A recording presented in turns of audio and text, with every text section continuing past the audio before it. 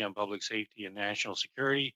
I apologize to our witnesses for this 40-minute delay, and I propose to colleagues that we give some extension so that they make some considerable effort to be here, and I think we should honor their effort to be here and tell us what they are concerned about with respect to this systemic racism in policing in Canada study. So with that, I will also mention to colleagues that there is a subcommittee report to be presented, and I'll propose doing that towards the end of the meeting. And with that, I will invite Professor Roach, Professor, Faculty of Law, University of Toronto, to speak, along with Melanie Omenio, President of the Women of the Métis Nation. And I'll just ask them to speak for 7 minutes in the order in which they're listed on the notice of meeting. So with that, Professor Roach, you have 7 minutes, please. Thank you very much, Mr. McKay, and thank you for inviting me. I'm going to make 7 concrete proposals to address systemic racism in policing. Number 1, collect and publicize race-based data. Although we know that the problem of systemic racism has been with us for a long time, we need statistics to measure whether it is getting better or worse in terms of both those accused of crime and crime victims. The RCMP especially should work with Statistics Canada to collect and publicize data. Second, Parliament should regulate police practices. Parliament has, in the last 30 years, largely left this to the courts. In the UK, Parliament proactively regulates police conduct, and that ties that to the collection of statistics. So in the UK, for example, you know each year how many stops and searches have been made by police officers and who has been subject to stop and search. Third, I would change the law of self-defense and use of force policies. Indigenous, racialized, and people with mental health issues are overrepresented among those killed and injured by the police. In 2012, Parliament liberalized the law of self-defense so that on paper, it is broader than Section 25 relating to police use of force. Parliament should make clear that reasonable self-defense cannot be based on racist fears, even if genuinely and subjectively held. We also need to revisit not only police use of force, but tactics and de-escalation. 4, we should link policing with other social services and also make self-administered Indigenous police agencies a priority and an essential service.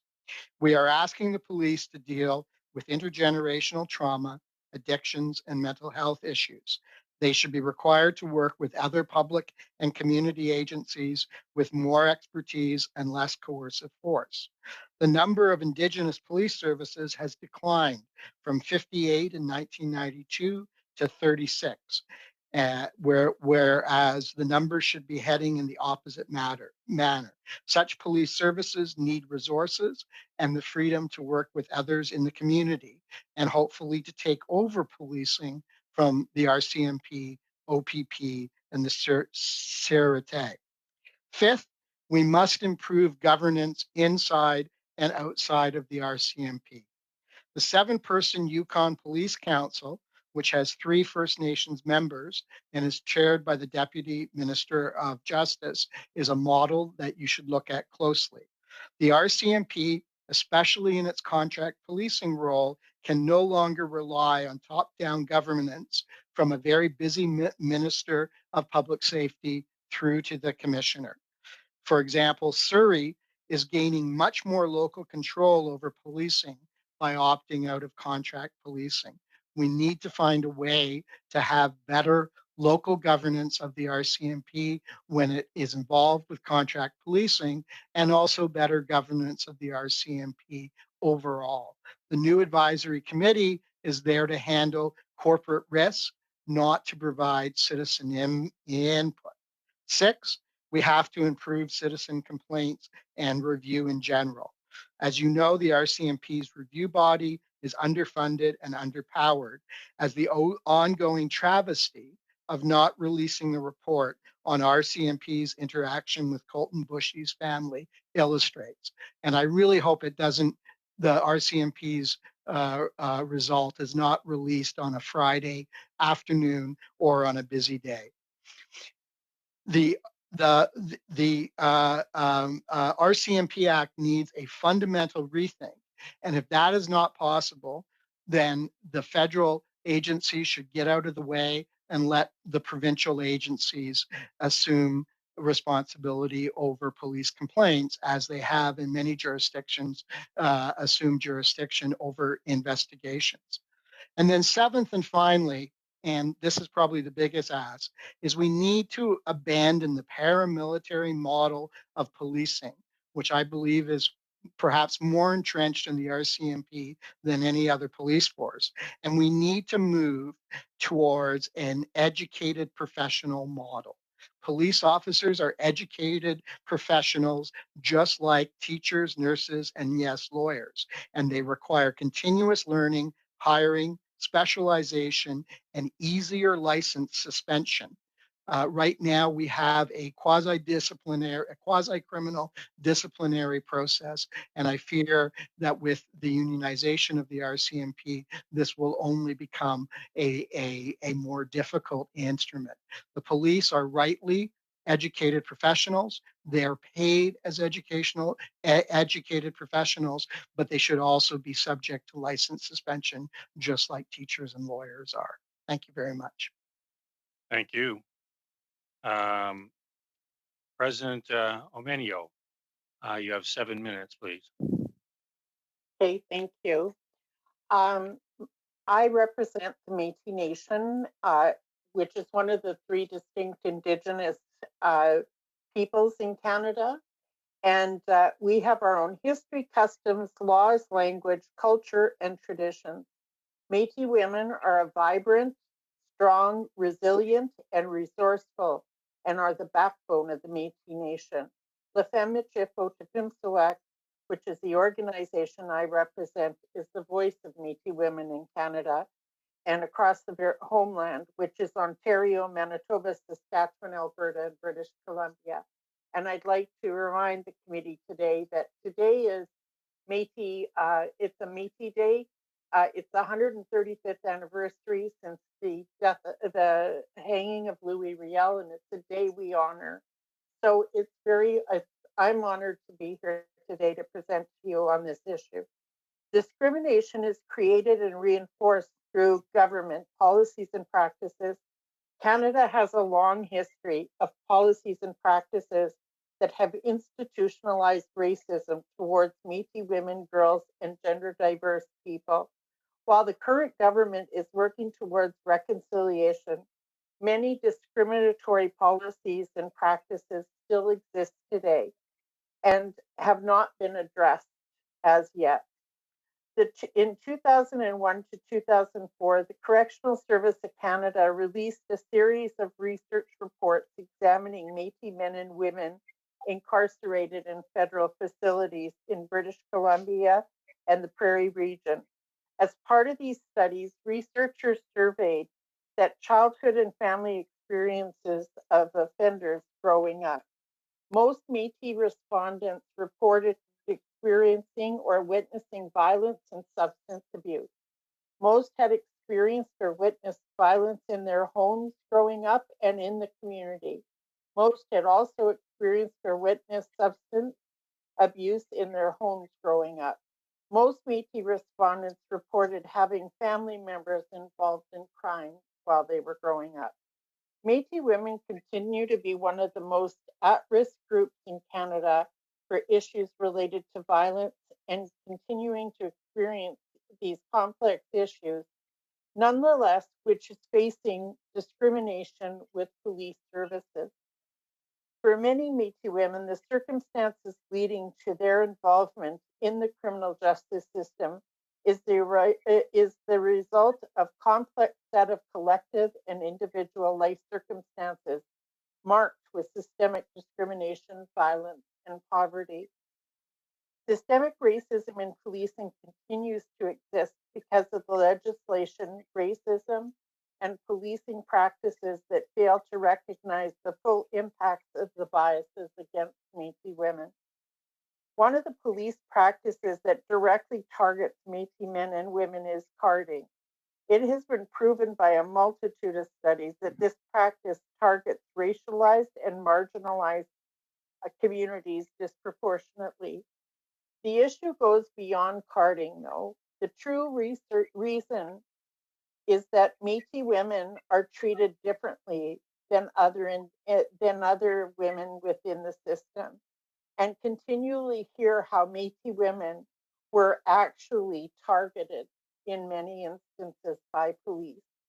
With interaction with policing, Métis women are seen as a blemish on our society rather than a vibrant contributor to their nation and to who they are in their families and communities.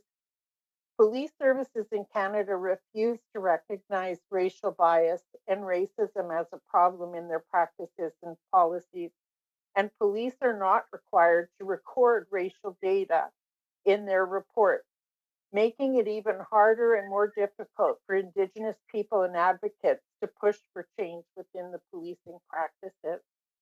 What is required is a complete re-education of the entire police system.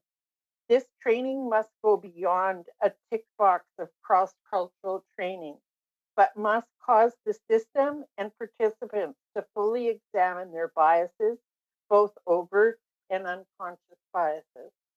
Police services must develop a best practice protocol for their enforcement response to missing persons reports of Métis people, including steps that police should take upon receiving a missing persons report for any Métis person. Along with the 62 calls for Miskatawa in our Métis Perspectives for the Missing and Murdered Indigenous Women and Girls report, the National Inquiry had the following 3 recommendations specific to Métis people in policing. 1712, we call upon police services to build, we call upon police services to build partnerships with Métis communities, organizations, and people to ensure culturally safe access to police services. 1713, we call upon police services to engage in education about the unique history and needs of the Métis communities. 17.14, we call upon police services to establish better communication with police communities and populations through representative advisory boards and involve Métis communities and address their needs. Policing that builds trust with Métis communities, is versed in Métis culture, is responsive to the distinct needs of Métis individuals, and is able to protect and meet the vulnerable Métis victims, which is so badly needed. Métis-specific policing holds the potential to address underreporting, a particularly potent issue for Métis women, to protect Métis communities and to reduce Métis overrepresentation in crime and victimization. President Amino, can you wind it up? We're close to 7 minutes, please. Thank you. Yes. I just want to finish it off by advising that many of our women reported to us while we're working on the missing and murdered Indigenous women and girls profiles that many of them ended up being victims of police services as well. So they never felt safe accessing police when they were victims of violence themselves. So changing policing and how we do business is a very important part of what we want to see done. And I thank you for this opportunity. Thank you. I don't wish to interrupt people in the middle of their presentation because they work very hard on the presentation, and it doesn't work. But we are challenged by time. So with that, I'm going to ask the questioning round begin. I have Ms. Stubbs, Mr. Anand-Sangari, Madame Michaud, and Mr. Harris, 6 minutes each. Madame Stubbs, 6 minutes, please. Thank you, Mr. Chair. I appreciate it. Thank you to both of the witnesses for being here. I certainly wish, and I'm sure that the other members agree, that we had more time with you. I just have a couple of questions, I think primarily for Mr. Roach. I note that in a joint article on June 17th, 2020, that you said, quote, RCMP independence should be defined in the RCMP Act. I just want to invite you to expand a little bit more on that and on the details. And also, I guess sort of attached to that is the Brown Report recommendation of the Independent Oversight and Complaints Review Commission, independent from the RCMP commissioner and the minister. And just if you could also expand on the concept of that independence of the Oversight and Complaint Review Commission, why it's important, what the key components and the impact is. Okay, thank you very much, Ms. Stubbs. Defining police independence, I think, is important because there's frankly a degree of, how can I put this nicely, reticence for a minister to send directives to the RCMP. And police independence has sometimes been overinflated to incorporate all kind of operational independence, where I think the minister really should take more responsibility and issue public directives. For research I'm doing right now, I actually have an access to information request in for all ministerial directives to the RCMP, and I have heard nothing for over 3 months. To me, all of these, minus any sensitive information, should be readily posted on the web. And so I would define political independence as, or police independence, as we don't want the minister saying, investigate Mr. X, don't investigate Mr. Y. Or charge. But really everything else, things like Mr. Big operations, which are a litigation magnet. I don't see any reason why the minister cannot say, well, from now on, we're not going to do them, or we're only going to do them in these ways. I believe in democratic policing.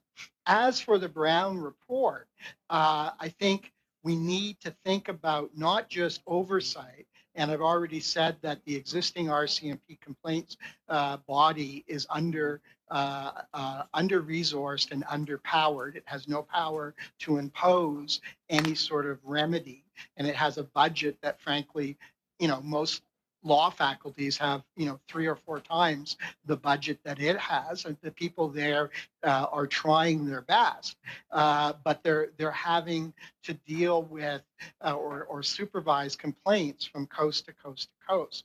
But I also think we need a real police board for the RCMP.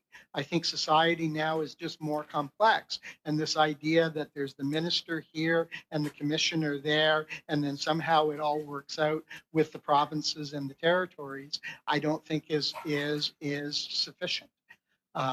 I also think that we need to have the RCMP work with other parts of the federal government, health, Indigenous affairs, and so on, to take a more kind of whole of government approach to safety and security.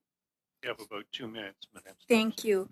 Well, I appreciate your comments, and I note also your previous recommendations about the importance of civilian oversight and the democratization of the RCMP, like you've touched on here. And I think it's just important in this context because I note that, the Prime Minister, the Public Safety Minister, the Justice Minister, other members of this government have said that there is systemic racism in the RCMP. That's an extremely serious concern. I happen to have a very close relative who has been a detachment assistant for more than 40 years. You can imagine, I know many frontline dedicated officers and support staff who are good, and they're extremely frustrated.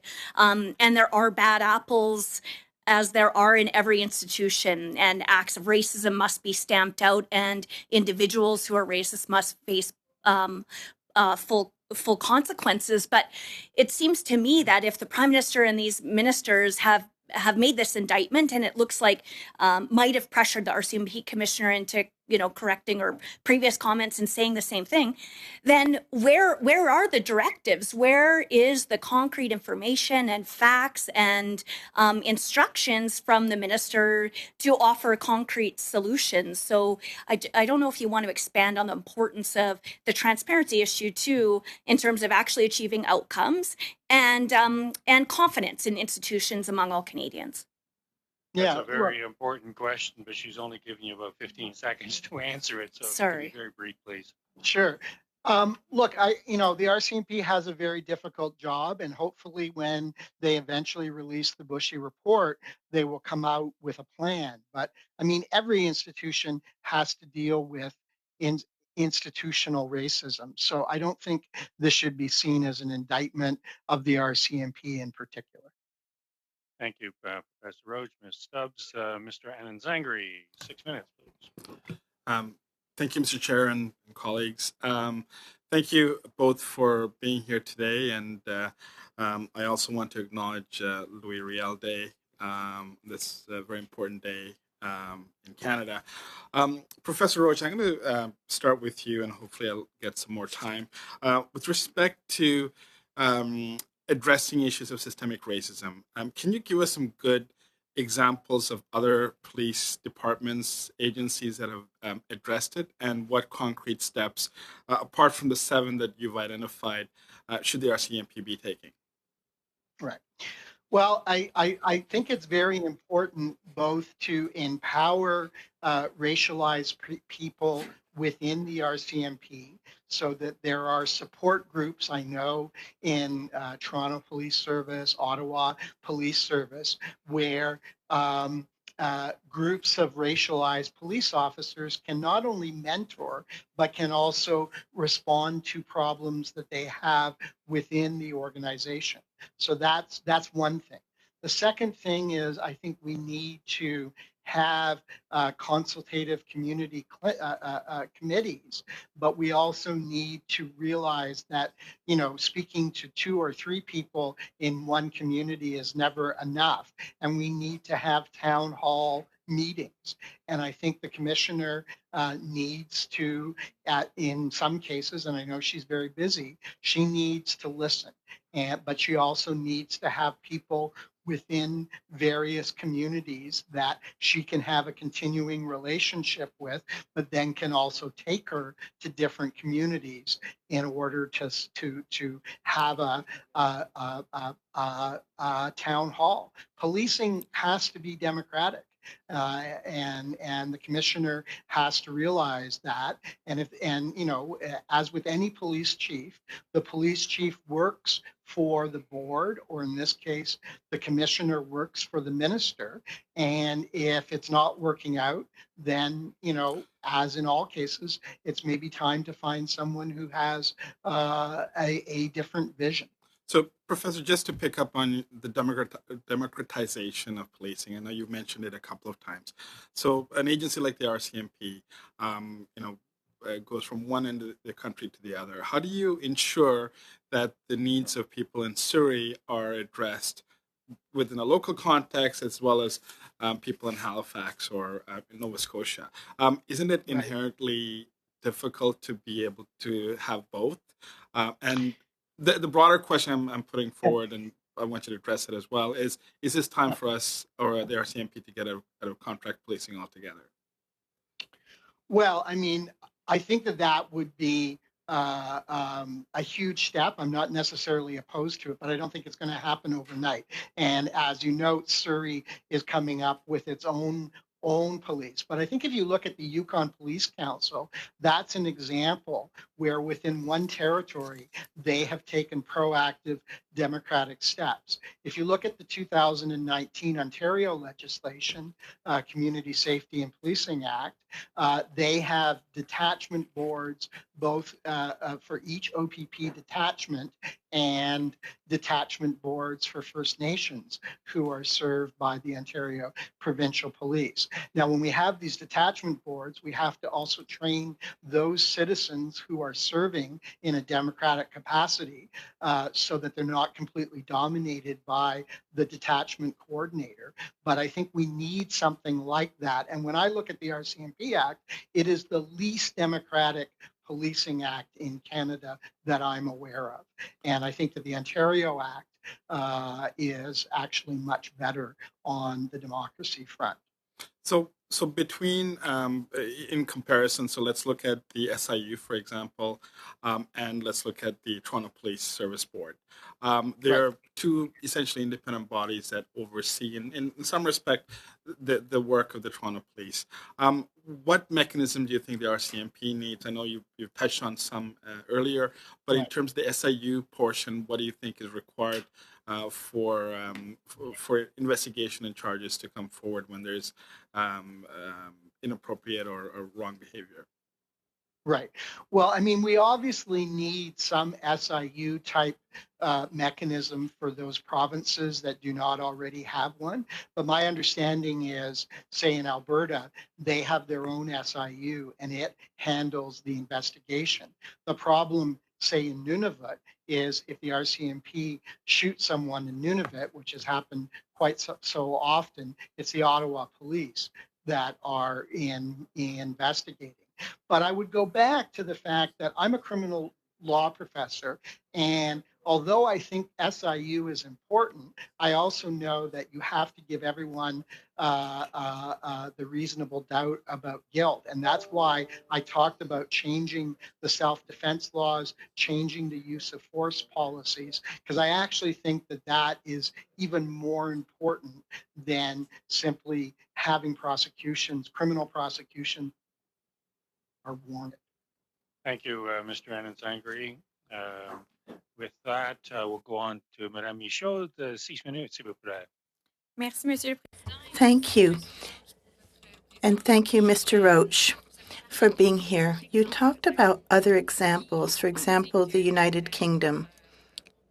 And you said that you thought to fight systemic racism in our institutions, namely policing, we should proceed through a legislative approach, modifying legislation on use of force, and to stop the top-down approach.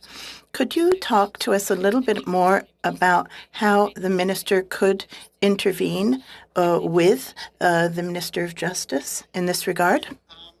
Thank you, Miss Michaud. Unfortunately, I wasn't getting the translation in my ear, but I think I followed you, although I may embarrass myself, and I beg your pardon. But I do think that with a top-down sort of approach, I mean, when the Minister of Public Safety came to you very recently on the mandate letter, I'm pretty sure he came with the heads of 5 or 6 different organizations. He has a huge portfolio. And I worry that that is beyond the capacity of any one human being. And, maybe we need a minister for the RCMP. Or take it out of public safety and into some other ministry. So I think that this is a real problem. Is we have a mammoth ministry, and we have the RCMP, which itself 20,000 people, some involved in contract policing, others involved in national policing. This is a huge issue, even before you get into the issues with corrections and CBSA.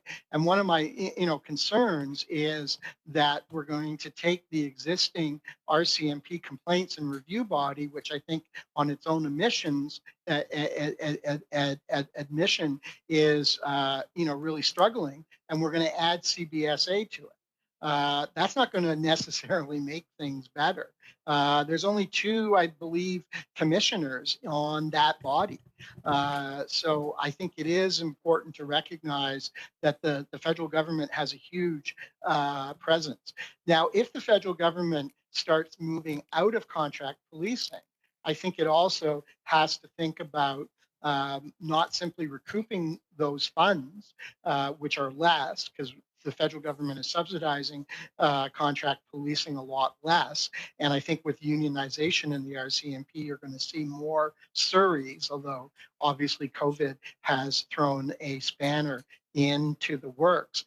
But if there is a withdrawal from contract policing, I would hope the federal government would use its spending power to incentivize all existing police forces to partner with other public agencies and other community agencies to less coercively and without discrimination or with less discrimination deliver essential policing services, which also involve, as my co-panelist has talked about, victims of crime, which is also another huge issue.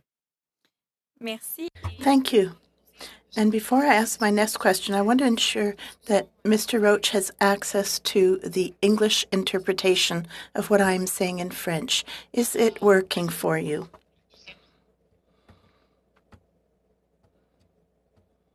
Sorry, I'm still not getting the translation. There's a globe on the bottom. If you put that on English, you should be able to get translation. So between participants and reactions.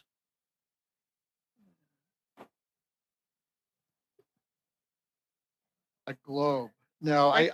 I have a phone and I have a plus and a minus, and I have a microphone cut. I don't have a globe. I'm very sorry. At the bottom of your screen. I'm afraid not. No. Sorry. Is there an interpretation icon? There should be an interpretation icon at the bottom of the screen. It goes mute, stop video, then in the middle it says participants, then next it says interpretation, and then restrictions, and then leave. Or across the bottom. Now you're on mute. Yeah. I'm sorry. Okay. It just doesn't seem to be present. Well, that's a problem with being a professor. Okay. Well, we'll have to plow on. Excusez-moi, mesdames.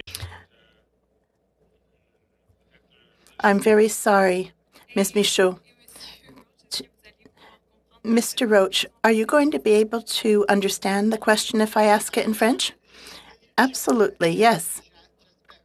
Or at least I do hope so. Well, what you said about the minister's workload is very interesting, that it might be too big a workload to be able to be responsible for RCMP and to do away with systemic racism. You talked about the importance of abandoning this paramilitary approach and to go more towards an educational approach. And during this study, you mentioned it might be a way to accompany policing in the field, especially to bring in people specialized in mental health or other specialists who could accompany some of the police officers. Do you think it's a good idea? And what should the federal government do in regard to financing to be able to finance those programs or those additional presence of officers in the field? As you noted, I do think we need a more flexible model. I was part of an expert panel commissioned by the Canadian Council of Academies on the future of policing. And we heard evidence really from around the world that policing needs to become much more specialized, so that what works for cybercrime does not necessarily work for 24/7. So the idea that everyone in the RCMP or all officers have to go through depot in Regina, I think is anachronistic. And I think that although there are financial challenges, as I believe your question alluded to, I actually think that if we have a more flexible workforce in the RCMP, this could actually result in savings. So this idea that everyone has to be a police officer for the majority of their working life, I think if we look at this in a 10, 20, 30-year horizon, this is not realistic.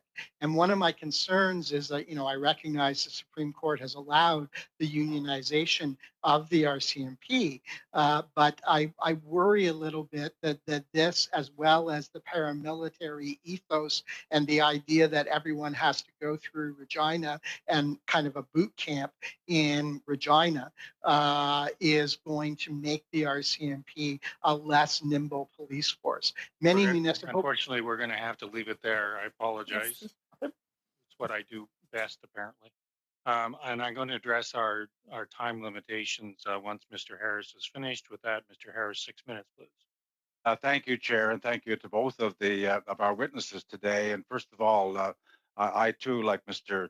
Anansangri, would like to recognize the Louis Riel anniversary today and speak first of all to President Amanio about the Métis Nation, the women of the Métis Nation. You talked about the importance of cultural understanding as in terms of policing, and I think I get that very much so. But now let me ask you if you have any opinion on whether or not there's any role for in Métis communities with for Indigenous police force, Métis involvement in the police force, or the kind of oversight that Dr. Roach was talking about at the local level. Is that something that you would think would be helpful? And if you do you have any views on it? Actually, our governing members are actually looking at the possibility. It's a lot more challenging, though, than some of the First Nations community who have police services.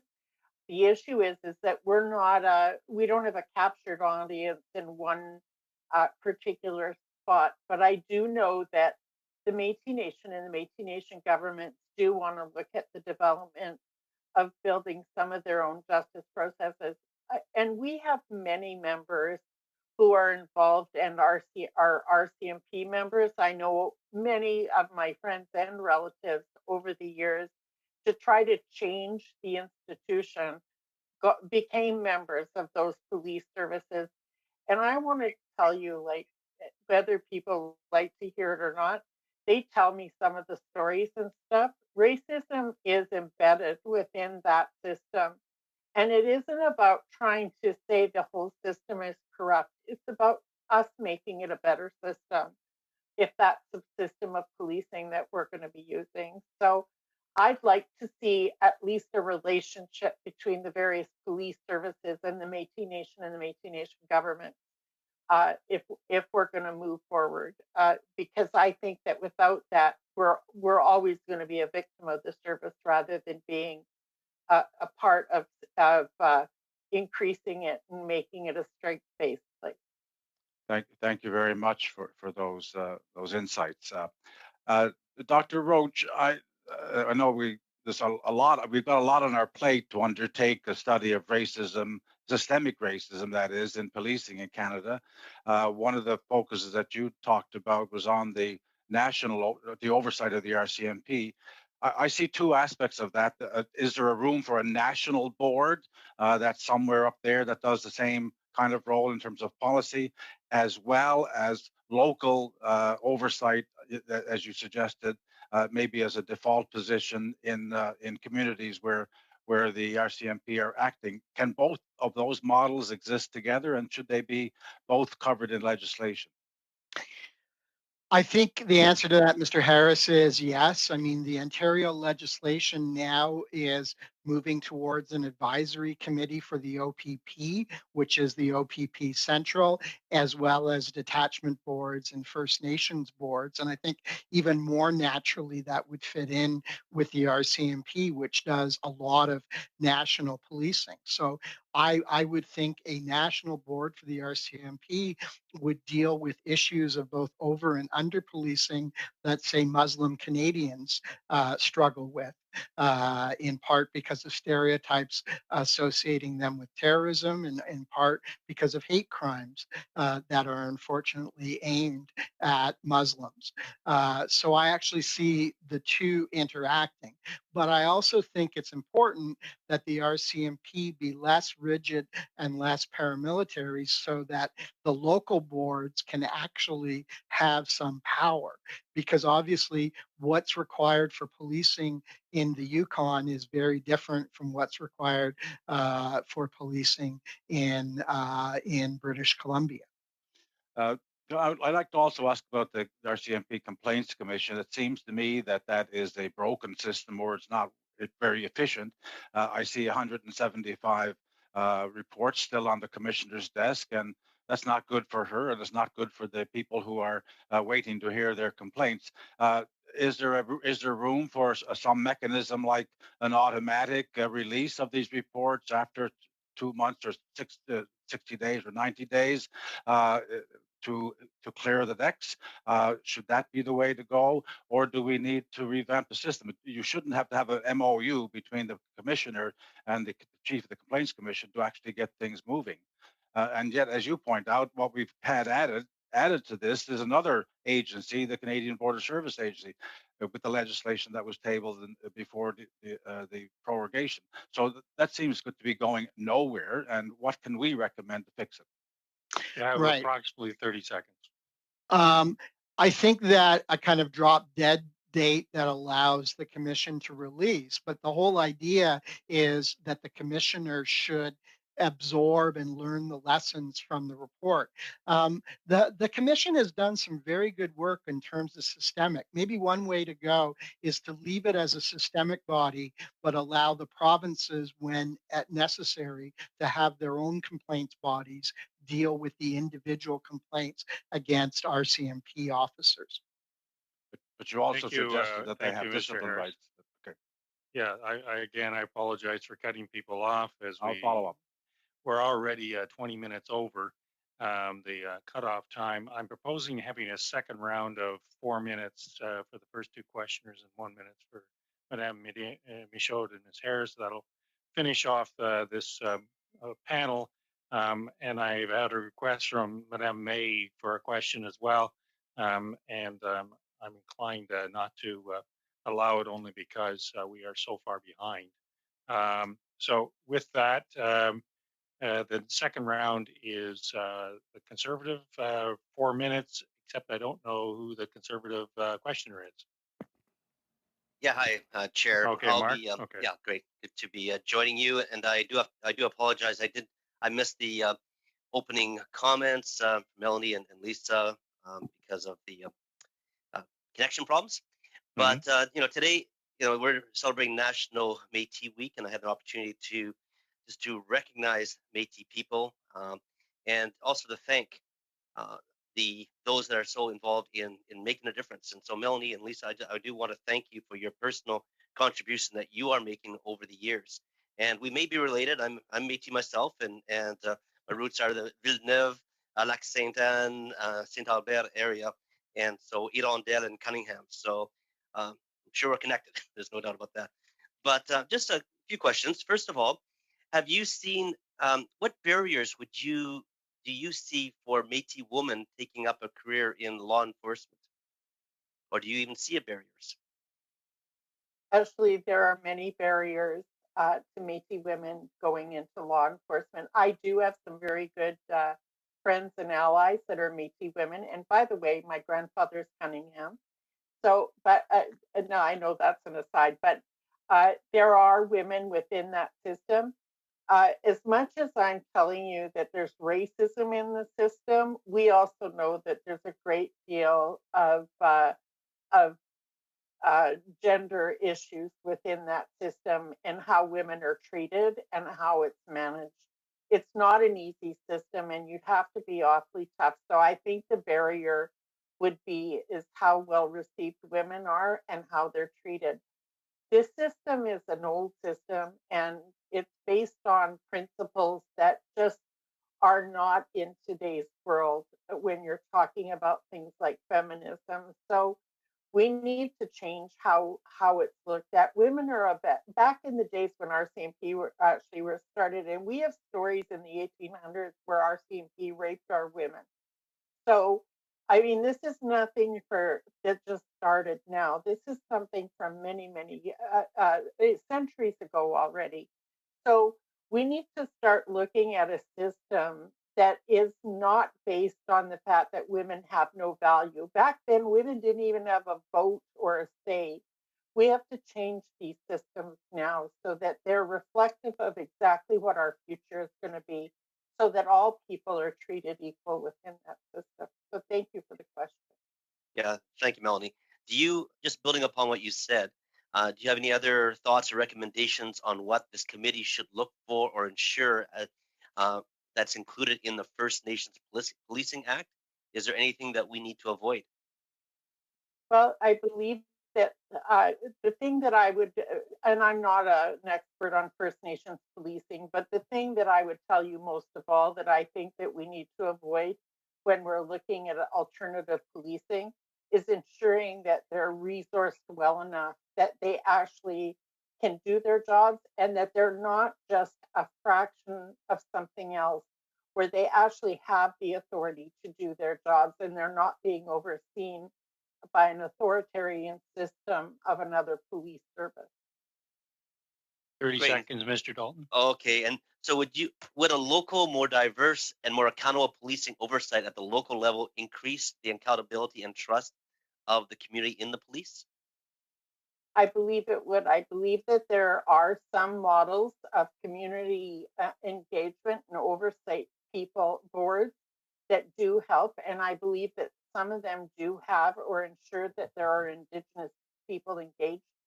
So it helps people have confidence in the police services, and it helps to ensure that there is a healthy oversight within the system. Merci. Thank you, Mr. Dalton. You'll have to open a separate chapter of ancestry.ca. With that, we'll have Mr. Lightbound. 4 minutes, s'il vous plaît. Oui, merci beaucoup. Thank you very much, Chairman. And I will echo my colleagues' comments. And I would like to underline the Louis Riel Day today, which has very much is of very much importance to Quebecers. My questions are for Professor Roach, and I will ask you my questions in French. I see that we should not underestimate your understanding of French. We've noted that already. And so I will follow up along the same lines. This trend, you have talked about the militarization of the RCMP and other policing forces, and I like the approach that you talk about professionalizing policing. Could you give us some examples of what you've noted on, be it here in Canada or abroad? And the second question I have for you is in regard to contract policing. In your opinion, what are the advantages? Could you please give us an overview? Those are my two questions. Thank you. Thank you very much, Mr. Lightbaum, for your questions. On the second, I mean, Surrey did a lot of work and found that by leaving contract policing, it would have its own police board where the mayor would be chair, and it could appoint people that represented the demographic diversity of Surrey. And it also found that it could hire, it would have much more flexibility in terms of hiring people, and there would not be this, 3-year cycle that a lot of our CMP officers will come into a detachment that perhaps is 1,000 or 2,000 miles away from their home, stay for 3 years, and move out. The disadvantage of exiting from contracting policing is that it requires obviously startup funds. And although Surrey is estimating that they will save money, that is in part based upon projections that the RCMP is due for a raise. And now that they have a union, they will probably get one. This was all done obviously before COVID. For your first question, I'm not sure I followed it exactly, but thank you for praising me for understanding French. I've tried throughout my career, but not with the greatest of success. But the paramilitary, I think this goes back to the problem that my co-panelist has spoken about police officers experiencing sexism and racism within the ranks. One of the reasons why that festers is there's a hierarchical structure.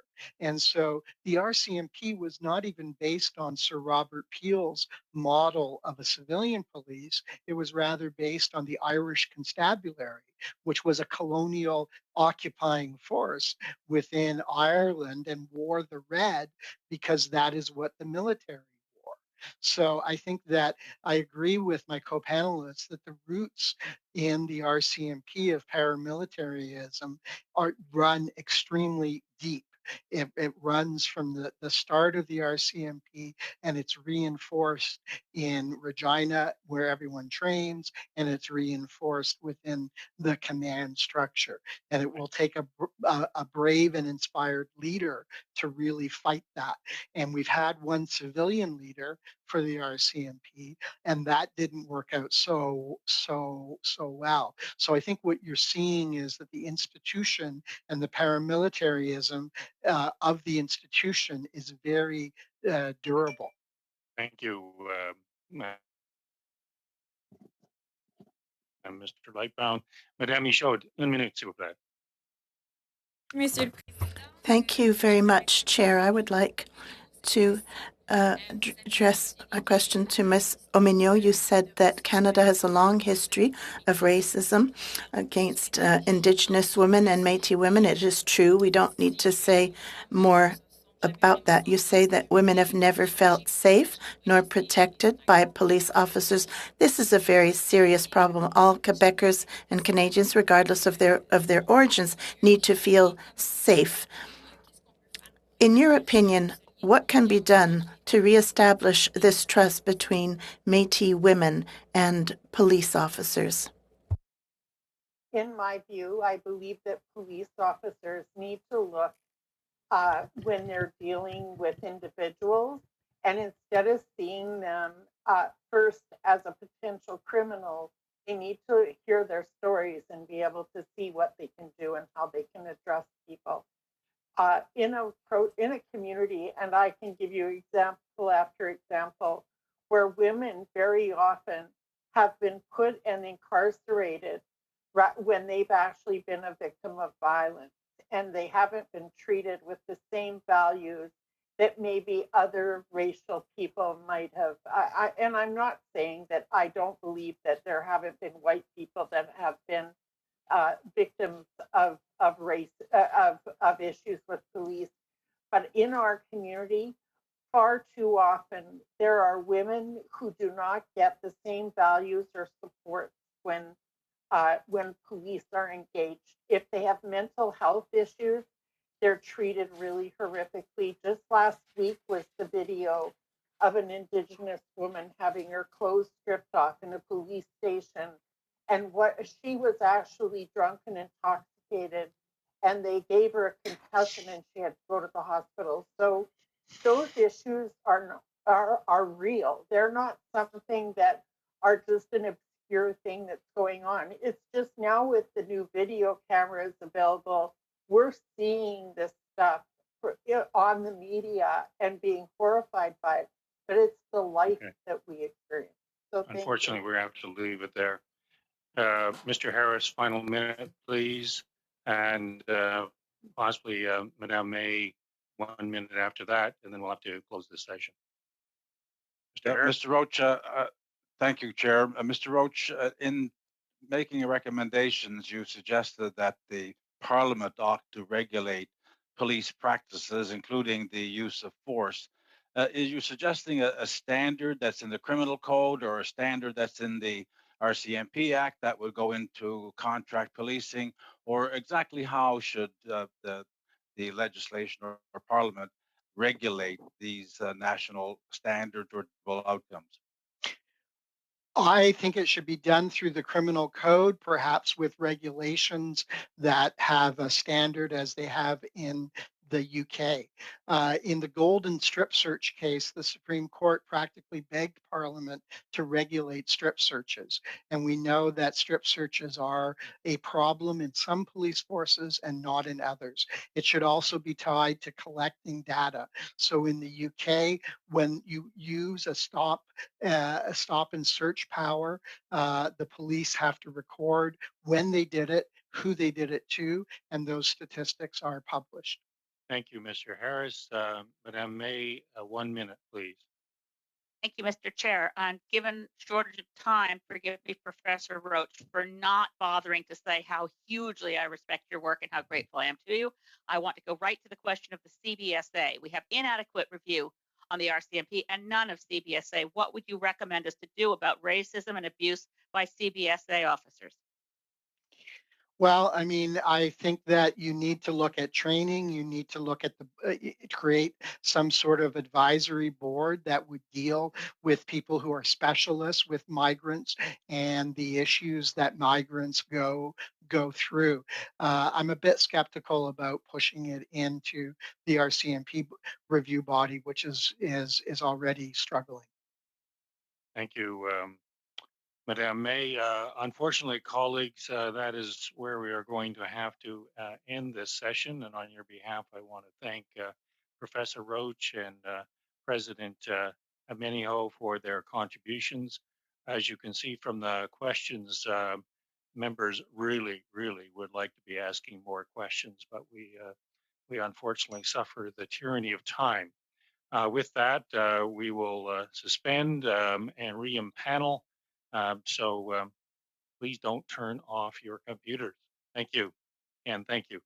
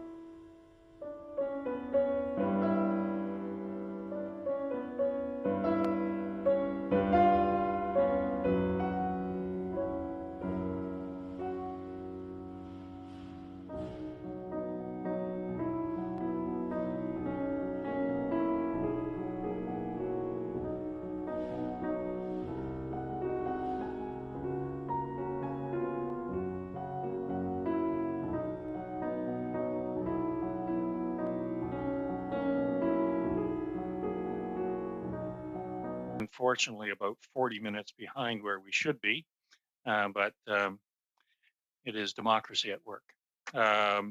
We have with us for the second session Professor Samuels Wortley from Carleton University and Vice President Jerry Sharp from Patuxet Inuit Women of Canada, along with Samantha Michaels.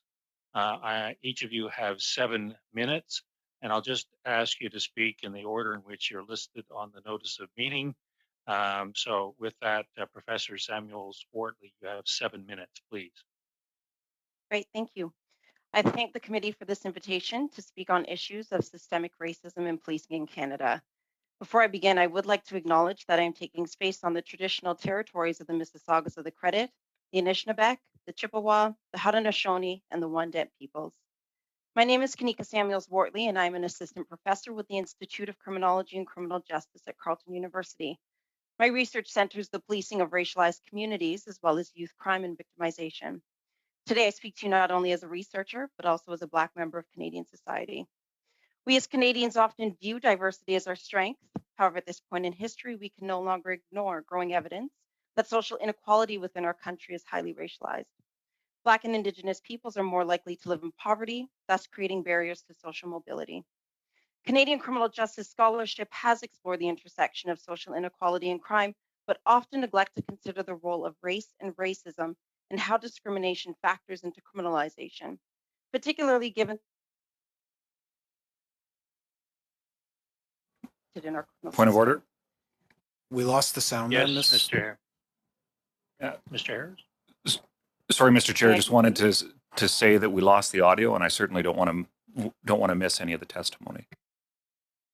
Okay. The audio is working fine for me, but if there is anyone else lost audio? I think audio was lost in the room. Oh. Mr. Clerk? If I may, can Dr. Samuels Wortley speak a bit, just so we see we have sound? Certainly. Can you hear me now? Yes, if you could maybe go back about 20 seconds of your presentation, and we should be able to capture what we missed. Certainly. I apologize for those who are going to hear this again. Well, just before you do, I neglected to stop the clock, Mr. Clerk. So if you could tell me where we are. Would you like me to begin from the beginning? Well, normally I would say yes, but we are so far behind at this point. Of course. We've lost about a minute of time, so if we we should be good. So if I start her at a minute, would that be good? Yeah. Okay. You have 6 minutes left. Thank you. Okay. Okay. I will start with policing is one area that warrants specific attention in the criminal justice process, simply due to the fact that it is the initial point of contact with members of the community. And police also have the discretion and coercive power to determine whether one's behavior is criminal or not. Police are the gatekeepers of the justice system. Some scholars and advocates will argue that the police only target individuals who commit crime and thus explains the higher rates of offending among Black and Indigenous peoples. However, there is a growing body of Canadian research that reveals how racially biased policing behaviors and practices also contribute to racial disparities in our justice system. For the remainder of the discussion, I will specifically speak to research pertaining to Black communities in Canada, including concerns over racial profiling, police discretion, and the underpolicing of Black victimization. For decades, Black communities in Canada have raised concerns that they are subject to higher levels of police surveillance. Racial profiling reflects the belief that officers often focus on the race of civilians rather than individualized suspicion or behavior. These allegations are supported by a growing body of studies conducted in Toronto, Ottawa, Halifax, Montreal, and Vancouver, which reveal that Black people, more specifically Black men, are grossly overrepresented in the official street check statistics. Furthermore, a number of studies have shown that Black people are more likely to report multiple police stops and search incidents than respondents from other racial groups. Importantly, racial differences with respect to police contact remain even after controlling for other relevant factors, including gender, social class, neighborhood characteristics, and criminal behavior. In other words, racial differences in police contact cannot be explained away by poverty or involvement in crime. Race matters. If you're a Black man in Canada, the question is not if you'll be stopped, but a matter of when. As a result of these practices, Black people are more likely to be caught for engaging in minor criminal activity than people from other racial backgrounds who engage in the exact same behavior. And this is a form of systemic racism. Research also suggests that when white Canadians are caught breaking the law, they will be treated more leniently by the police than Black people. My own research demonstrates that concerns over police discretion and its impact on arrest decisions are valid. To illustrate, our Youth Criminal Justice Act not only advises, but gives police officers the power to choose alternative measures to the court system when apprehending a youth who's committed a crime. This is rooted in research that suggests the court system is not only costly, but inappropriate for most young people who engage in crime. Yet my analysis of police data suggests that in comparison to youth from other racial backgrounds, Black youth are more likely to be charged and less likely to receive an alternative sanction. Involvement with the court system can lead to an array of negative consequences, including societal stigmatization. Furthermore, a criminal record can have a negative impact on both educational and employment opportunities and ultimately lead to further criminal involvement. Therefore, if Black people are more likely to face criminal charges and experience court interventions, as my data suggests, they are also more likely to experience the negative consequences of criminalization and labeling. The disproportionate racial charge rates suggest that bias has become embedded in police discretion, and it is these systems that perpetrate systemic racism. Finally, I'd like to switch gears and turn to the topic of victimization. While Black communities are over-policed in many respects, members of the Black community have long raised concerns over police inaction or insensitivity when it comes to their own victimization. While the research is scarce, what data does exist suggests that Black people are at a higher risk of victimization than people from other racial backgrounds. However, research also suggests that Black people in Canada are less likely to report crime, including their own victimization to the police. And my current research seeks to understand why. Having a better understanding as to why people fail to report to the police is of great importance. Civilian reporting is needed to identify community crime levels, and civilian cooperation with police investigations is also needed to solve crimes and bring offenders to justice. My analysis of national victimization data demonstrates that Black Canadians have little trust or confidence in the police. My one-on-one interviews with Black youth in Toronto demonstrate that this lack of trust decreases youth's motivations to report crime. This lack of trust is directly related to experiences of harsh and inadequate treatment by law enforcement officials. To illustrate, many youth report that when they did report a crime to police in the past, the police treated them as a crime suspect rather than as a victim. Others fear that reporting victimization to the police could lead to police use of force against them or their family members. This places Black youth in a vulnerable position due to their increased risk of violent victimization, as well as a lack of trust in an institution that is meant to serve and protect them. This is not only an example of systemic racism, but an issue of public safety. We are at a time when citizens are expressing concern over racial bias in Canadian policing. In fact, a recent poll suggests that 40% of Canadians believe the police treat Black, Indigenous, and persons of color unfairly. For decades, police services and policymakers have deflected concerns over racial bias and have failed to conduct the appropriate research and reforms that are necessary. But now there is a vital opportunity to demonstrate that you're listening to Canadians in general and members of the Black community in particular. As a researcher, I argue that we need more transparency from police services in order to document racism and evaluate the impact of anti-racism initiatives. We require improved race-based data collection, access, and dissemination. We also require a commitment to work with researchers, including researchers of color, who are willing to make critical inquiries into law enforcement practices. We can no longer rely on researchers that just give police the answers that they're looking for. I want to end with a quote from a participant in my study. She states that not every officer is bad, but as an institution, the police gives those with biases a space and a platform to target people within those groups and without recourse. And I find this quote powerful because as a Black member of Canadian society, these issues do impact my sense of safety and well-being. Thank you. I thank the committee. Thank you.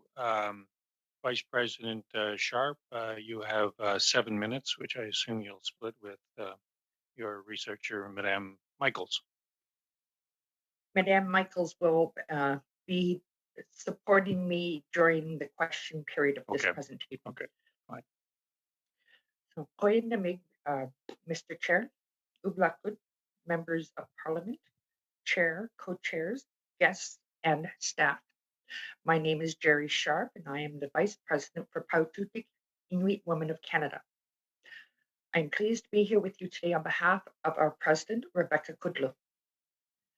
Most of the Inuit population live in 51 communities spread across 4 regions of Inuit Nunungan. Nunavut, Nunavik, the Inuvialuit, as well as Nunatsiavut. Violence is a leading cause of mortality of Inuit women at a rate of 14 times the national average. In Inuit Nunangan, policing is the responsibility of the Royal Canadian Mounted Police, except for Nunavik, which is been policed by the Kivalliq Regional Police Force since 1996. Official statements by the RCMP and the KRPF state that policing is carried out in the manner that provides justice and the safety and security of all citizens. A number of elements call into question whether policing in Inuit Nunangan is successfully in protecting women. Some concerns include staffing shortages and the short duration of RCMP postings, the lack of experience of officers regarding the population, and the lack of cultural competencies, language barriers, lack of Inuit police officers, lack of resources and underfunding, and lack of wraparound services. How did we get here? In just a few decades, we underwent a profound transformation in our lives and livelihood. Transformation that was organized by colonial forces outside of our control. The RCMP played a key role in these operations. They relocated us from permanent settlements to permanent settlements, transported Inuit children to residential schools, and slaughtered Inuit sled dogs. Simply put, in Inuit Nunangan, policing is a structure built on systematic racism. This is a culture that is with deeply held views resulting in failed responses to the violence Inuit women and girls experience. Inuit communities have an inclusive culture, but policing has another, built on colonialism. In January 2020, Haututut released a report titled Gendered Violence Against Inuit Women, a review of police policies and practices in Inuit Nunangan. It revealed some fundamental issues which all lead to normalization of gendered violence against Inuit women. Police encounter significant challenges in carrying out their roles, including working in a high-risk violent situations with a lack of referral resources to support those who need to escape domestic violence, the lack of investment in Inuit-led social services, health services, general infrastructure like housing and shelters has also created an extra burden of responsibility on law enforcement. Individual officers can and do make a huge difference. We've heard positive stories from encounters with police, but the overall picture that has emerged from our report points to a largely flawed policing model. Officers are poorly integrated into the community and therefore are not seen as trustworthy. They hold a limited understanding of the history of Inuit communities and the root causes of problems, especially regarding drugs and alcohol use and domestic violence. As a police officer emphasized, communication is fundamental in policing, yet fewer than 5 of the 150 RCMP officers in Nunavut are fluent in Inuktitut. The dispatch system do not offer Inuktitut-speaking staff. The language disconnect sets up quite a barrier for Inuit women when they report gendered violence. This fact alone hinders the trust in policing. Our report also finds that several women needing protection from violence are removed from their homes instead of the abuser. This is a further injustice they experience, which creates further trauma. Court-imposed sanctions are not being properly monitored, which results in mistrust and puts women in harm's way. Racialized policing persists with Inuit women's encounters. You may recall this summer's explosive investigation by CBC into the conduct of the RCMP serving Nunavut's 25 communities. The investigation revealed shocking details of more than 30 30 cases of alleged RCMP misconduct, abuse, inhumane treatment of Inuit, especially women. We are calling for a fundamental shift in how Northern policing is carried out. Our report details 15 recommendations. The following are highlights. Cultural competency training. Training on Inuit history and culture as well as local Inuktitut dialect. Female officers. One female officer present, if not leading the statement gathering process.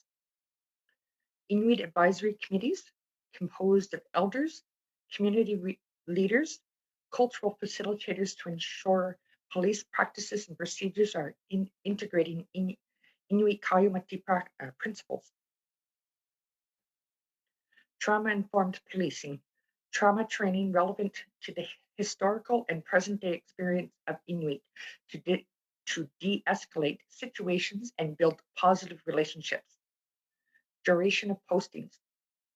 Revisiting the RCMP policy of 2-year posting in favor of longer postings. Gendered violence training. Gender-based violence training delivered to at least in part by victim advocates and to include Inuit survivors of domestic violence. Inuit civilian positions. Employing Inuit at each police department, such as interpreters, natural healers, and community patrols or peacekeepers. Vice President Sharp, could you wind it up? We're past our 7 minutes. I'm sorry about that. No problem. Last point. Police accessibility, urgent funding, and provide Inuktitut speakers available to answer emergency 24/7 access across Inuit Nunangan. We know that there's a whole lot more that needs to be done, and every Inuk woman and girl deserves to live free of violence. And I look forward to your questions. Thank you. We now turn to the questioning round. The first is Mr. Motz. You have 6 minutes, please. Thank you, Chair, and thank you very much, Dr. Samuelsworth, Ms. Sharp, and Ms. Michaels for your testimony today. I'll get to them quickly because the Chair always cuts me off early. Dr. Samuelsworth, you have suggested that community policing is a common approach to improving relations with police in a community, but sometimes that just means that you get more police who are not engaging, and then you're over-policing a community. It appears to be more of over-policing than actually making the difference you want. How would you improve the presence in a community without creating that atmosphere of over-policing? Certainly, I appreciate that question, and I do agree with you in the fact that community policing seems to be a positive aspect of policing that can help bridge positive relationships with the community. But the problem is that, and this was specifically brought up by youth that I had interviewed, is that they're well aware of the particular officers that have been hired to do that job. So when there's often a call for additional officers or additional training, but they all don't follow a community-based approach. And I think what the problem is that the idea that more officers need to be on the street, that gives the impression that it's simply more enforcement. So I think essentially where we need to begin is right from the beginning, where training begins, and there needs to be a community-based approach in the way that any police officer interacts with the community. So it isn't simply just racialized communities that they need to focus on in building a community relationship. It needs to be how they interact with all individuals that they are meant to serve. Thank you very much. I'm going to try and get another question for you, Doctor, and then another couple for the other ladies, if I could quickly. You've indicated in an article back in June supporting a move away from contract policing and a focus on national policing services. I'm just kind of curious to know, in a minute or less, if you can provide in more detail why you think the RCMP should be removed from the contract policing and what ongoing role you think they should play in our national policing services. Certainly, I appreciate that question, and I will try to do my best to answer that within a minute.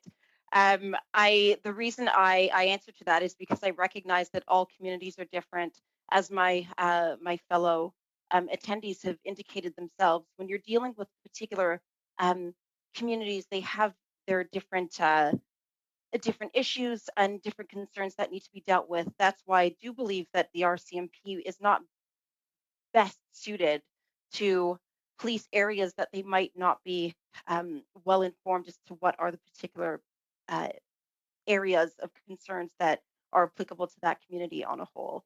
So as a result, I think it is best if we start incorporating police services that are more attuned to what are the issues within that particular community.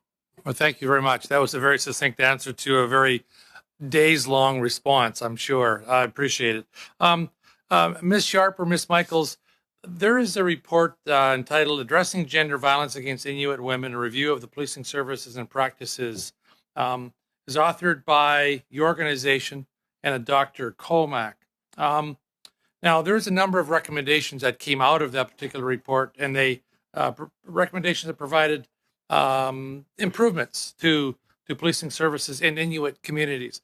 Are there any recommendations in that report that you feel you think should be prioritized immediately? I know one of your organization chair met with Commissioner Lucky recently about it. Is there anything there that you're saying, okay, this is critical, we need these recommendations looked after ASAP? There's actually, thank you very much for that question. And there are a few recommendations that I would say need to be acted upon urgently. In my view, it is of utmost importance that the review of the posting, the length of posting that RCMP are in the communities be reviewed. In order for the members to be integrated into the community, they need to be present, they need to be seen, they need to participate in the community. And no sooner does that happen than they're removed from the community after 2 years. It is wonderful when the officers are seen in the community partaking in things like jamborees or playing basketball, playing hockey. They become part of the community and they become trusted. No sooner does this happen than they're removed to another community and it starts all over again. That trust needs to be there. They need to be seen as part of a community. One thing about Inuit communities that is much different from the South is our communities are holistic. So the whole community operates together. And I often tell people that what happens in Inuvik or what happens in Iqaluit will affect what happens here in Yellowknife. And this is just, it's fact because this is how families operate. This is how communities operate. So it's all encompassing. And I'm going to ask Samantha if there's anything that I've missed because I'm sure that there is. She has about 30 seconds. Sure. Okay. Well, thank you so much for that, Vice President Sharp. I would also say one very tangible recommendation is that more funding must be made available immediately to address the lack of formalized and local dispatch services. I mean, we're talking about if someone's calling from one of the 5 communities in Nunatsiavut after hours, their call is being sent to dispatch in St. John's. The time that it takes to necessarily get an officer to the home could be the difference between life or death for a woman, especially in situations of gender-based violence. Thank you. Unfortunately, I have to cut you off. See, I told you he always cuts me off early. That's not even close to 6 minutes. Yeah. Mr. Motz runs a very slow clock. With that, Madame Michaud, 6 minutes, s'il vous plaît. Thank you very much, Chair. Apologize. Mr. Motz got me so upset that I forgot Madame Damoff. How could I possibly have done that? Please. Thank you. Sorry about Chair. Thanks to both our witnesses, and for both of you, I want to go back to community or contract policing because what we've seen in a number of recent issues, the Wet'suwet'en issues with the RCMP, the Mi'kmaq fishers right now, those RCMP officers are contracted by the province. So as federal representatives, it's very frustrating because they actually report to the provinces, and in the north, the reporting is to the territory. And so you touched on it, and Professor Samuels Wortley, I'll start with you and give you more than a minute. If the RCMP were to get out of contract policing, it would allow them to do other policing priorities that are actually under federal jurisdiction. And I'm wondering if you could perhaps expand a little bit on the whole issue of the federal government being involved in contract policing and the benefits. We know that Surrey has just implemented their own police service and is moving away from contract policing. So, Professor, I'll start with you, and then we'll go on. Certainly. So going back to what I had mentioned before and where I support the RCMP no longer having to be contracted out to communities, again, what is being demonstrated by my fellow representatives at this moment is that our communities really, there are a great deal of communities that are grossly underfunded. So there might be an idea or a sense that if RCMP is not contracted out to that areas, that funding then can be used to support particular programs that are necessary to a particular community. So I can see also why at the moment why there seems that there is a level of interest in the defund the police movement. And I'm careful and I'm not saying that I support that wholeheartedly, but what I do support is a focus on communities, simply because when we demonstrate that there is a focus on building a healthier community, you do find that the level of crime that happens in that community dissipates. Thus, I think it is important for us to explore, to truly explore how we can use an allocation of funding to help support a community to be a lot healthier in order for its citizens to thrive as opposed to potentially turn to criminality. Thank you. And before, Vice President Sharp, you haven't specifically said ending contract policing, but as you know, Minister Blair in his mandate letter is to co-develop policing as an essential, First Nations policing as an essential service. And I'm just wondering, expanding that to include Inuit and Métis, but in particular Inuit in that policing model, rather than having the RCMP policing in the north, it would be an essential service provided by the people who actually live there. So I'm just wondering if you have any thoughts. I know you haven't used ending contract policing, but I'm wondering, it's kind of what you've been talking about. So I'm just wondering if you could comment on that as well. Before I pass it over to Samantha to have a more complete answer, I just want to say that defunding is not a word that I am really familiar with. I will say that reconciliation is the way towards anything, and that starts with conversation. So when I say conversation, that means working together towards a common goal in the way that we currently live. And I'll ask Samantha to finish that on for us, please.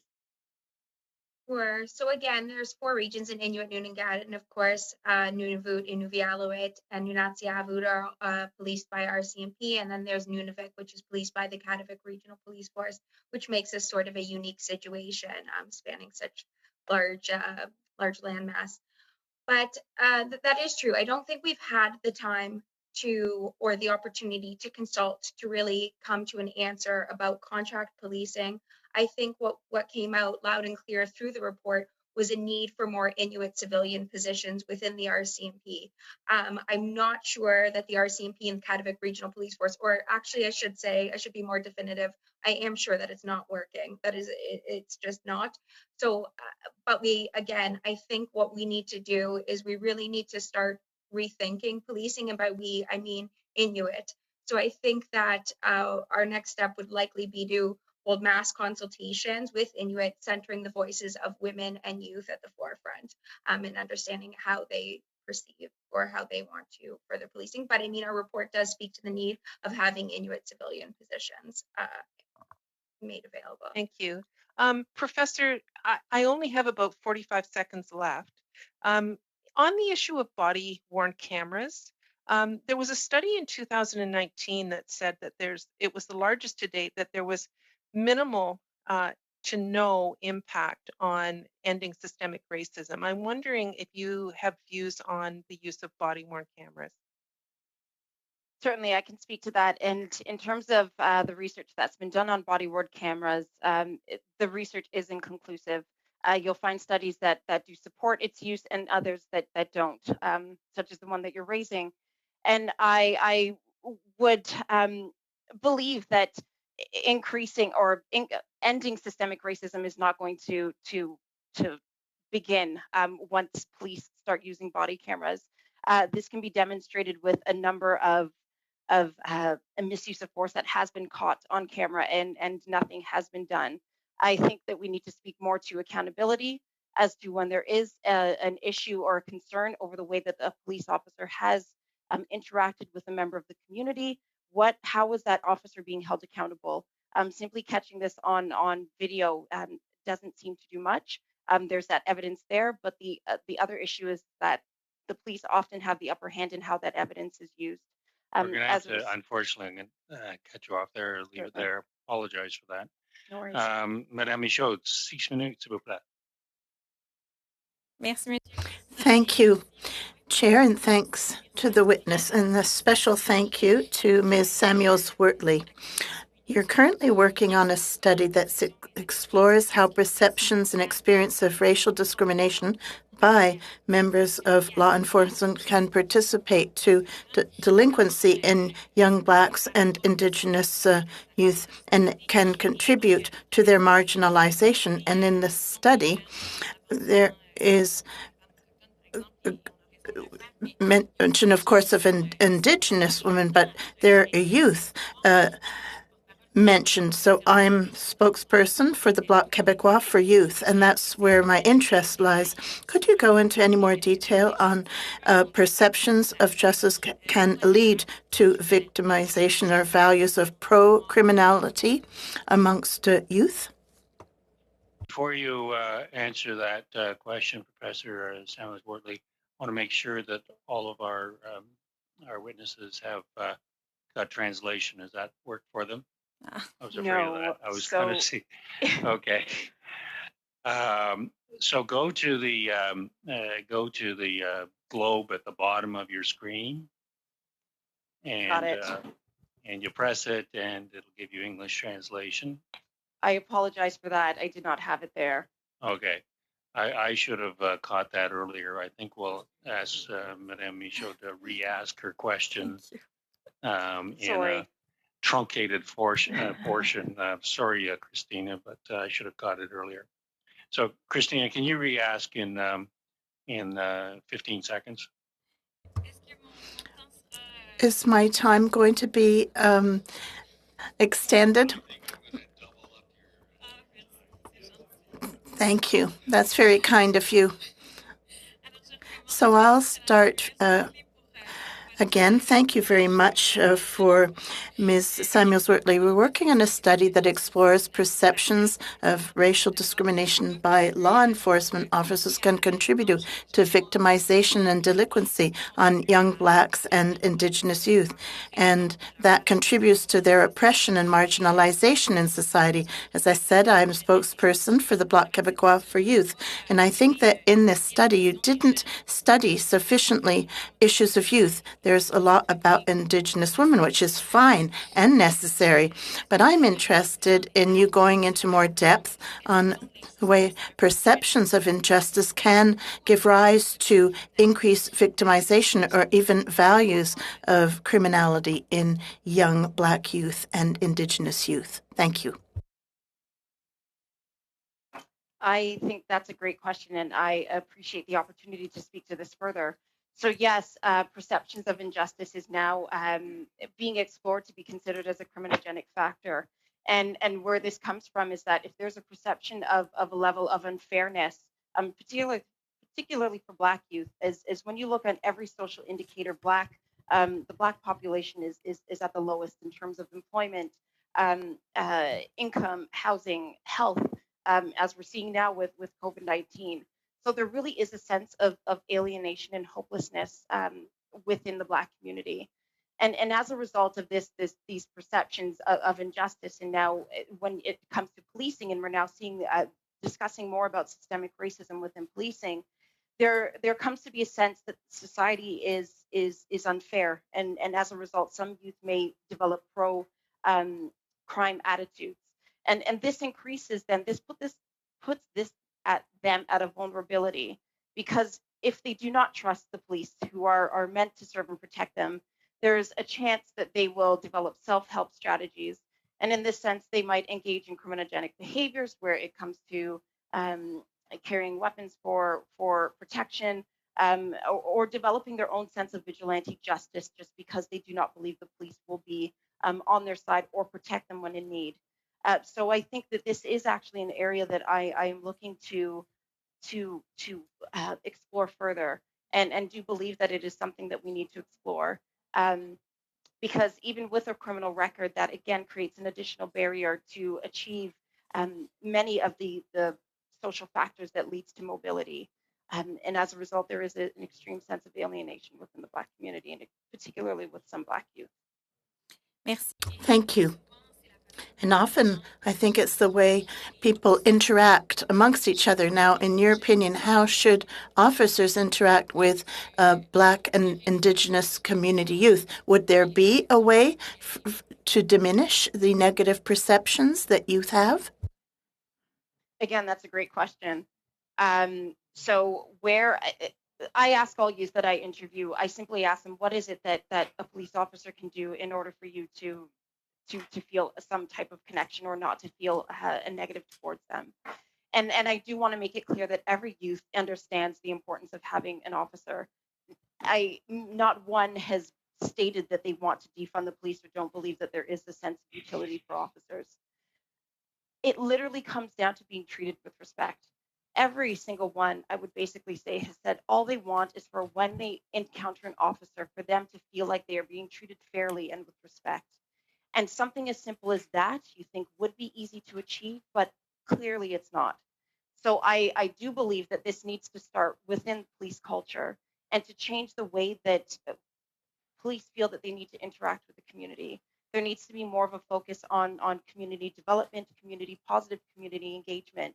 As my fellow attendees as well have mentioned, that there are positive instances where they've had members of their community state they've been have positive interactions, and I believe that they do exist, but one negative interaction can completely dismantle that positive interaction, and it can completely change the way that one perceives the police culture and the police institution. So I really think we need to start back from square one as to what it means to be a police officer, and not view it as soft policing, but as essential policing. So about a minute and a half. Merci. Thank you.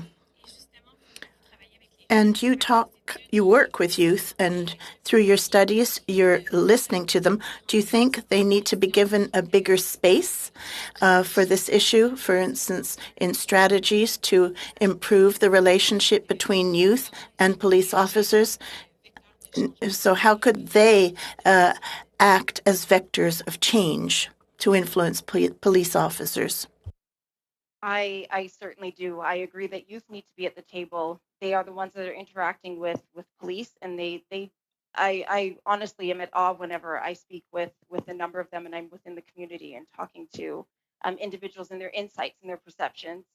And I believe that youth advisory committees exist. I just don't know how much power they have. And they really should have a greater deal of power when it comes to coming up with solutions on the way to bridge a more positive relationship with the police. Um, I think it really comes down to making sure that their voices are heard, and definitely having a stronger role in building a stronger community. Thank you. We're going to have to leave it there. Yes. Mr. Harris, 6 minutes, please. Thank you, Chair, and thank you to both of our main witnesses and Ms. Michaels as well for your contribution. Vice President Sharp, I was listening intently to your description of the role of the RCMP played and the cultural role they played in your communities historically and whatnot. And then the list of very fundamental portions of the 15 recommendations your report of last January made. And conjuring up the images that we've seen, of course, over the last number of months, which led in part to this committee study. It seems to me that it all begs the question is the RCMP a body which is capable in your view, to gain the trust with all of the things that they would have to do that, to overcome all this history, or should we be looking at perhaps another way? Ms. Mazdanoff touched on it in a way, talking about contract policing. But what about, is there hope or for that organization to be the vehicle for proper policing in Inuit communities? Thank you for that question and for that statement. I will say that at the Paututik level, we've not had a discussion as to whether or not the RCMP are the body to do that. We will say that there is anybody that needs to police Inuit communities will need to have police training, specialized training that needs to happen in the communities. So whether they're Inuit or whether they come from the south, non-Inuit people, the amount of, I'm really sorry about this. Right. No, you're not the first witness who's had that problem. Mostly it's members, though. So what I'm getting to is the fact that along with the training that's needed and the population base that we have and the services that would be required, there are still going to need to be non-Inuit that do this. So whether it be a contractor or whether it be the RCMP, it still needs to happen.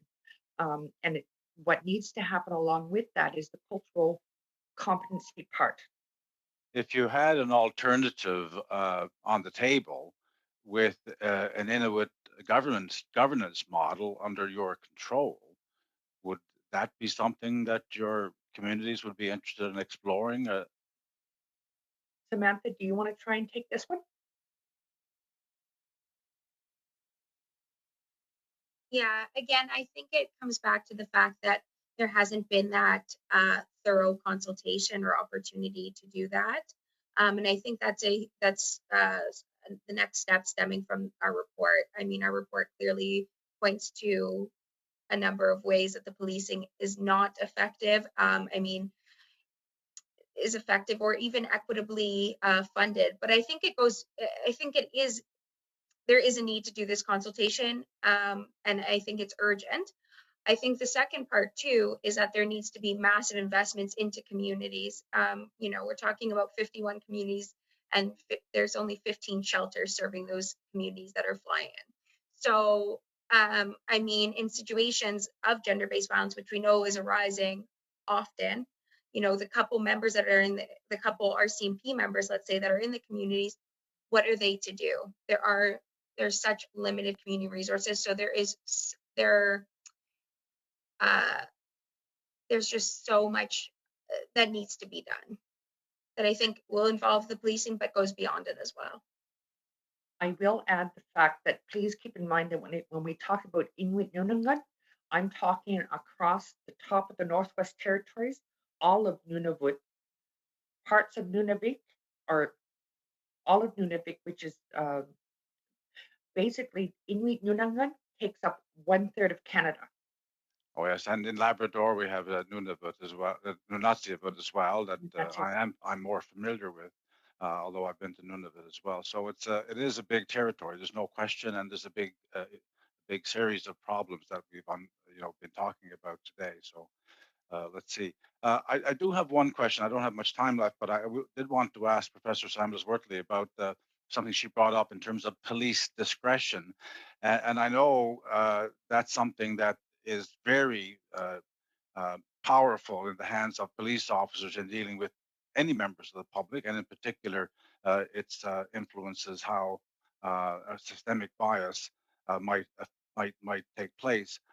How do you control that aside from better training, or is there another way of ensuring that perhaps at the court level, that if discretion is not properly exercised, the kind of diversion or the kind of alternative to ending up with a criminal record which is further stigmatizing, etc., is that absent, or is that a way to go, or is that something that we could recommend?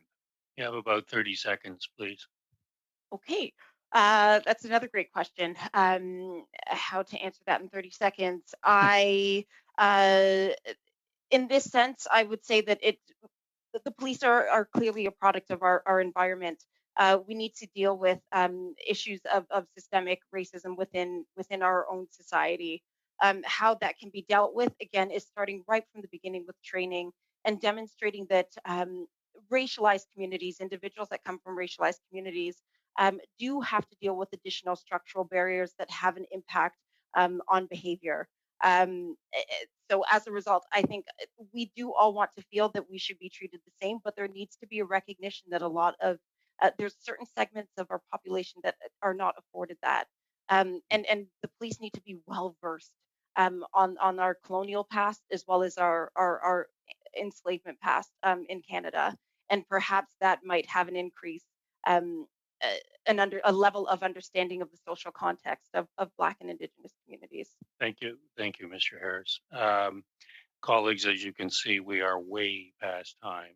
I propose to have a second round. I propose to do the same thing we did in the first panel of witnesses and do 4 minutes, 4 minutes, 1 minute, 1 minute. And then I'll take note that we do have to have a little committee business and accept the subcommittee report. So with that, I'm going to ask Madame Stubbs, 4 minutes, please. Thank you, Chair. I'll try to do this quickly and also split my time with my colleague Damien if there's time. So I just want to thank all the witnesses for being here today. I think it is like very clear and striking from your testimonies, a couple of key issues: trust, confidence, and in some cases fear, dealing with policing. On one hand, it's quite concerning to hear that people fear and are less likely to report crimes because of victimization. And then on the other hand, because of generations of experiences, a lack of cultural knowledge and language barriers and all of these issues, that there is that there are obviously these issues of trust and confidence and fear. So in order to make some improvements, hopefully in that regard, and also increase accountability to all the witnesses, and Chair, I'll just let you call on them. If you were to have a revised oversight model on the RCMP, and also in light of the fact that the complaints process is so backlogged and overly complex, often requiring a lawyer to even get into it, what elements would you include? Are there any best practice models, either in Canada or around the world, that would be necessary? And have any of you been consulted on any and all of these issues by the current government? Thank you. Did you direct that question to all of them? And I just thought you can okay. Call in minutes. Well, why don't we start with Professor Samuels-Wortley? Certainly. So I think where we really need to start with is accountability, a sense of the community to feel that when concerns are raised, that it's going to be dealt with. We're very much in the dark as to the process. There is definitely a lack of transparency, so we need to have an increased sense of transparency as to what occurs with officers who do engage in police misconduct, a higher level of use of force, whatever it may be. I also think then, I know this is particular to Ontario, but we continue to have officers who are paid even if they are suspended. And that doesn't seem to sit right with many individuals who may have their lives literally changed from an encounter with an officer. But that officer is then suspended but continues to have a salary. So it's these things that the community really needs to feel that if something has been done, that police really should be looked at it with a sense of higher accountability, as they really do have the ability to damage one's life. Ms. Stubbs, you're almost through your 4 minutes, and you want to split your time with Mr. Carrick. Do you want a second answer, or go to Mr. Carrick? No, I think it would be important to hear from the other witnesses too. Yeah. Okay. And Damien saying yes. He's fine with that. Okay. Yeah. Vice President Sharp. Thank you for that. And I want to actually point out the fact that you mentioned generations of RCMP misconduct. I'm going to tell you that here in the North, the RCMP have only been around for a little over my lifetime. So while you can count that as generations, when my grandfather was younger than I was shortly before I was born, was when the RCMP were introduced to the North. I'm not that old. I am a grandmother. I'm a young grandmother. I will tell you a story about Simon Tuckelme, who was from Baker Lake, and he actually wrote a story about the first time that he saw a wooden house. And it was the RCMP wooden house where he saw a cat in there, and he went in and he said that it felt too loud and too noisy because he was used to being in an igloo. When it comes to mistrust, the members that are being sent into our communities, and this you can probably look this up from records from in Delaney, where members were sent that had state convictions of assaults, and these members are going into our community to police our community. So that is a problem. We need to trust that the officers that are being sent into communities are above reproach. So they cannot be convicted of the offenses that they are arresting people for. Okay, we're Um, going to unfortunately have to leave it there. I apologize. no, One of Mr. Yakino or Madame Kara. 4 minutes, please. Or Merci. both. No. Thank you. Thank you, Chair. There's so many things that have been said this evening regarding trust, public trust in the police. Tell me, Professor, if we were to implement 3 things as quickly as possible to get change, what would those 3 things be?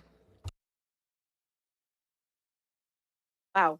I certainly would say there needs to be a level of accountability, and in that, I mean that when an officer, and I think following what my last colleague has mentioned there, is that officers can't, if they have been charged with something, they can't switch from one policing service to another. The officers need to be held accountable once they are charged for something. There is enough evidence to demonstrate that there is sufficient reason for dismissal. They need to be dismissed and no longer part of law enforcement, as officers are held to a higher standard. There also needs to be an implementation in training starting right from the beginning, where there needs to be a focus on community engagement, and not focusing on simply how to use a weapon or to do chokeholds. There needs to be a complete overhaul and the change of what a police officer is meant to do in the community. And also, when it comes to the third, I believe it is to have a better sense of our colonialist past, and also our history of enslavement in Canada. We tend to think that that was never an issue here. It's quite surprising that many find it surprising that we have systemic racism in Canada, and this really needs to be changed right from the beginning. Therefore, this needs to be started right when an officer is sent into training. Madam, how's it going to split here between Kamal and Tony? Yes, Okay. thank you. Thank you, Chair. Thank you to all our witnesses again for being here for very important testimonies. Professor Samuels-Wortley, I perhaps wanted to, pick your brain at race-based data. We know race-based data collection within policing could be extremely helpful for improving public accountability and informing police policies. Perhaps you could touch a bit on why that's so significant, and if you can talk a bit about any considerations how we collect that data, how it can be used, and certainly any concerns in ensuring that it's not further used to tarnish the community or to reinforce any racist stereotypes. If you can shed some light on that, that'd be great. Thank you. Certainly, I appreciate that question, as that is absolutely something that I think needs to be implemented as well. So not just 3, 4. It is important to collect race-based data and sufficient race-based data, as this gives us an opportunity to see how different racial groups are experiencing policing. It can also be an opportunity for us to identify potential areas of discrimination in how officers are dealing with certain communities. Within my own research, it is very important to get the voices and experiences from individuals who have experienced the police. However, with sufficient race-based data and that quantitative data, we're able to see trends and able to respond to and have a more nuanced understanding as to how the police and the community interact. But I do understand that there are concerns over how race-based data can be used to further stigmatize certain communities. Um, and actually, my colleagues, Dr. Akwasi Owusu-Bempah and Scott Wortley, can speak to this a lot more eloquently than I can. But it is important for there to be a disclaimer as to how there are contextual factors that can demonstrate why there might be a higher level of offending within particular communities. That's why we need to have deeper discussions as to the structural factors that lead to criminogenic factors. Unfortunately, that is your 4 minutes. With that, Madame Michaud, une minute, s'il vous plaît. Thank you, Chair. This time I'm going to address my question to Ms. Sharp. In a report on Inuit women, your organization recommended training regarding violence and policing adapted to the consequences.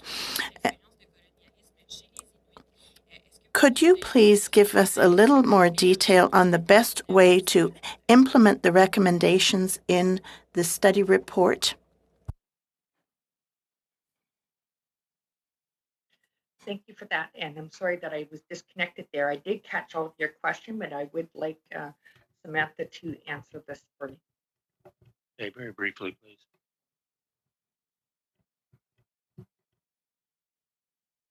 Sure. Yes. I believe that recommendation speaks to police understanding gender-based violence and the impact it has on Inuit women.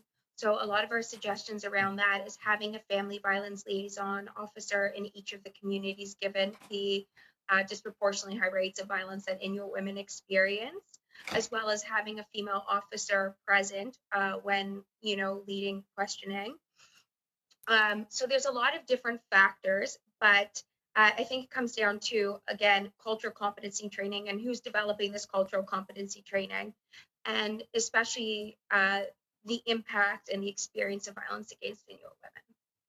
Thank you, Madame Michaud. Mr. Harris, final minute, please. You're on mute, Jack. Yeah, thank you, Chair. Perhaps Professor Samuels Wortley, you could address, you talked about the need for anti-racism initiatives, and that covers a broad field. But are there any specifics that you would put at the top of the list in terms of things that would address systemic racism in maybe order of importance? And I hate to oversimplify it. You only have a short period of time. Of course. Again, when these initiatives need to be evaluated, there needs to be a demonstration that they're actually working, whatever it may be. I think the issue at hand is that training is often thrown at police services, and there's this idea that once training is done, all is fixed. But it clearly shows that there isn't any change within interactions with the community.